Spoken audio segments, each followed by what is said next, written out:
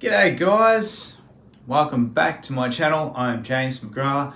For those of you who are watching for the first time, I would like to really welcome you. This is a channel where I talk about general guitar technique.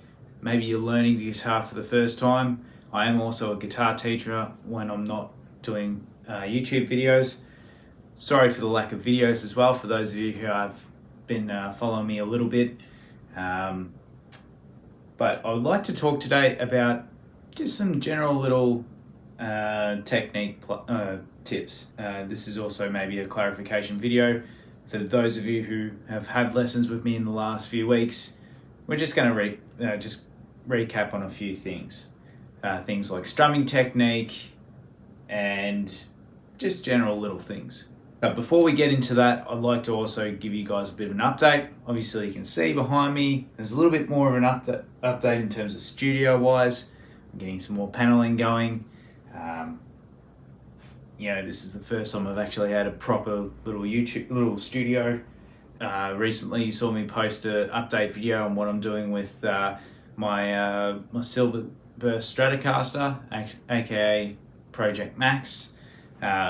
Max is the name of the guy who handed the guitar to my family and passed down to me from my father, and the guitar's just been sort of a really best friend when it comes to just searching for that sound I like. And at the moment I've decided to take some time to, I guess you could say, restore it. Now back on track to the topic of this video. So one thing I'd like to talk about is just general little things, especially if you're beginning out and you might be doing guitar lessons with another guitar teacher, and I say congratulations, you're in for a wild ride, and it's an exciting ride, and welcome aboard. So for today's small little lesson, I would like to just talk about how we generally hold a guitar. So it normally, when we're sitting down, it normally sits on our, in the more Western style, it normally sits on our right knee, just here, and it just sort of sits nice and comfortably. It might be an acoustic guitar, might be an electric, same method is applied. Generally when we play, if you're starting out straight away, the neck normally sits in this little part of our hand, and it just sits in the corners here, as you've probably been directed by your teacher. The next step is generally we keep the thumb up the top here in more of a modern style. It just allows us to mute some of the strings, so like this, especially this top string. Notice how my thumb is on just these top strings. So what that does is it just mutes the unwanted strings that we want to hear. So say for example we play a C chord.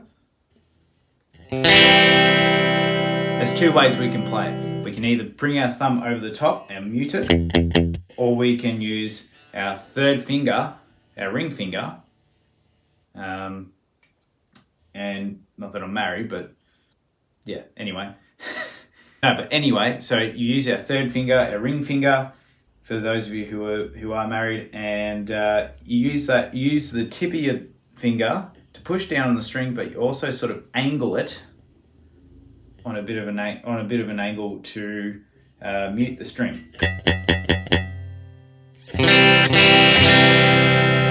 So it sounds like that, rather than like. Doesn't sound quite nice, does it? It sounds very harsh. And when we go to pick, generally with our right hand, same method applies if you're left-handed and you play with, your right hand on this side and your left hand doing the strumming. I can't do it, but same method applies. Generally, you hold your pick. Oops. Okay. So generally, we like to hold our pick with our index finger or our pointer finger on our right side going facing down to the longer tip. And then generally our thumb goes across like that. So almost like holding the OK emoji. It's the best way to describe it. And that's how you use the pick. And generally we keep it closer to towards our bridge. Never keep it around there unless you're doing it for a particular texture of playing.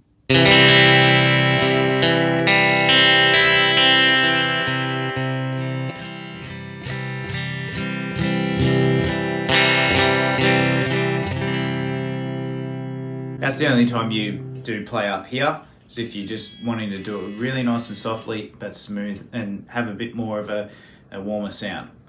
But generally we keep it around this section of the guitar, okay, around the body. And the last thing, when we're playing certain chords that require none of our top strings, sometimes we can use our thumb. Or the other thing I like to show students is I like to just aim to have my wrist, this part of my wrist where my hand meets the wrist, just that little part there. I'm not sure what that technicality is called, but I like to keep that there, and I like to rest it just behind the saddles or just on top of the saddles, just like that. So I aim for it just to keep there. So in that way, I've got my angle going across these strings here.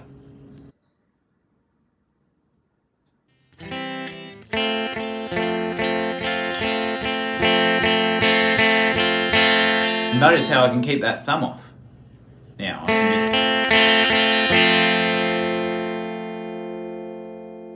just... So just a few ideas for you guys to have a muck around with when you're doing your practice and doing what your guitar teacher has taught you.